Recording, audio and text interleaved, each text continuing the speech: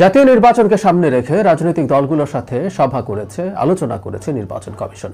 খুব গুরুত্বপূর্ণ কিছু এগুলো আসলে না, এক ধরনের সেরেমনিয়াল ব্যাপার। আগে আমরা দেখেছি নির্বাচন কমিশন নির্বাচনের আগে এই কাজটা করে, কিন্তু সবকিছু ছাপিয়ে আমার কাছে মনে হয় একটা প্রশ্ন গুরুত্বপূর্ণ হয়ে ওঠা উচিত ছিল। প্রশ্নটা আসলে তোলা হচ্ছে না, অনেকেরই সাহস করে তুলছেন না, কারণ নানান ট্যাগ খাওয়ার সম্ভাবনা আছে।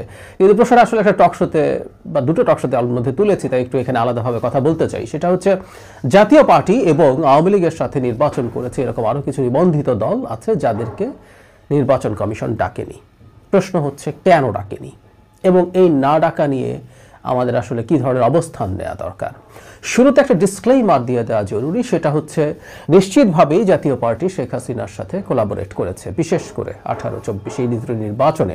14 সালে জাতীয় পার্টির প্রধান জনাব হুসাইন মোহাম্মদ এরশাদ তার সর্বোচ্চ চেষ্টা করেছিলেন নির্বাচনে না যাওয়ার জন্য, এবং আমি প্রায়ই বলি যে তিনি সুজাতা সিং এর সাথে যে বৈঠক ছিল সেটার কন্টেন্ট আমাদেরকে জানিয়ে দিয়ে একটা বড় কাজ করেছিলেন। যদিও শেষ পর্যন্ত রওশন এরশাদের নেতৃত্বে একদল প্রতারক শেখ হাসিনার সাথে অ্যালাইন্ড হন, সকল নির্বাচনে যান। এর পরবর্তীতে বিভিন্ন সময় আসলে জাতীয় পার্টি আওয়ামী লীগের সাথে কোলাবোরেট করেছে, এর মধ্যে কোনো রকম কোনো সন্দেহ নেই। কিন্তু একটা কোলাবোরেটর নিশ্চয়ই যে একটার তার চাইতে বেশি অপরাধী নয়, বা জাতীয় পার্টিরও বিচার হবে কিনা এই আলাপ চলছে। অন্তত একটা সংগঠনকে আমরা দেখছি, একটা রাজনৈতিক দলকে দেখছি, গণ অধিকার পরিষদ, তারা এটার বিরুদ্ধে লড়াই করছেন, আন্দোলন করছেন। সেটা তারা করতেই পারেন, এটা তার গণতান্ত্রিক অধিকার। আমাদের নিশ্চয়ই মনে আছে এই আন্দোলন করতে গিয়েই তার প্রধান জনাব নুরুল হক নূর মারাত্মক রকম আহত হয়েছিলেন বেধড়ক পিটুনিতে। যাই হোক, এখন জাতীয় পার্টি তো নিষিদ্ধ দল না। জাতীয় পার্টি মানে আওয়ামী লীগও নিষিদ্ধ না, কিন্তু আওয়ামী লীগের কর্মকাণ্ড, রাজনৈতিক কর্মসূচি সবকিছু এক্সিকিউটিভ অর্ডারে নিষিদ্ধ আছে। জাতীয় পার্টির কর্মসূচিও নিষিদ্ধ নাই। তাহলে জাতীয় পার্টিকে নির্বাচন কমিশন কেন ডাকবে না? প্রশ্ন হচ্ছে, আমি দেখলাম কেউ কেউ বলার চেষ্টা করছেন নির্বাচন কমিশন ডাকতে বাধ্য না। কথাটা ভুল না, এটা কোনো আইন নাই যে নির্বাচনের আগে সব রাজনৈতিক দলকে ডেকে কথা বলতে হবে, কোনো আইন দ্বারা নির্ধারিত। ফলে জাতীয় পার্টিকে না ডাকাটা বেআইনি হয়েছে এটা বলা যেত।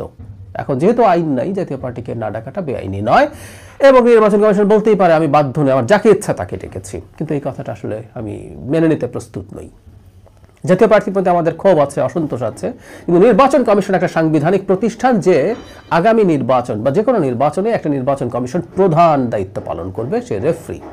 এখন রেফারি পটেনশিয়াল একজন যে নির্বাচন করবে জাতীয় পার্টি এবং আওয়ামী লীগের সাথে অ্যালাইন্ড আর অন্যান্য যে দলগুলো আছে সেগুলোর সাথে তার আলোচনা করা জরুরি, কারণ তাদের অভাব অভিযোগ বা সংকট শোনাটার দায়িত্ব তার বরং আরও বেশি, কারণ এই মুহূর্তে তারা মাঠে চাপের মুখে আছে। অনেকেরই যৌক্তিক ক্ষোভ আছে, কিন্তু আমরা অনেক সময় বেআইনিভাবে তাদের উপরে ক্ষোভ প্রকাশ করছি বিভিন্ন জায়গায়। সুতরাং তাদের তো বলার অনেক কথা ছিল, তাদের কথা শোনার বরং দরকার ছিল নির্বাচন কমিশনের অনেক বেশি, কারণ এরাই সংকটে আছে মূলত। কিন্তু নির্বাচন কমিশন কাজটা করেনি। তারা যখন কমিশন হিসেবে শপথ নিয়েছেন, তাদের এই ধরনের পপুলার মেন্টালিটি প্রদর্শন করার নিশ্চয়ই কোনো রকম কোনো মানে করার পক্ষে কোনো রকম কোনো কিছু শপথ নেননি, বরং এগুলোর বিপক্ষে থাকবেন সেই ধরনের কথাই তারা নিশ্চয়ই বলেছেন। অথচ আমরা দেখছি সেটা হচ্ছে না।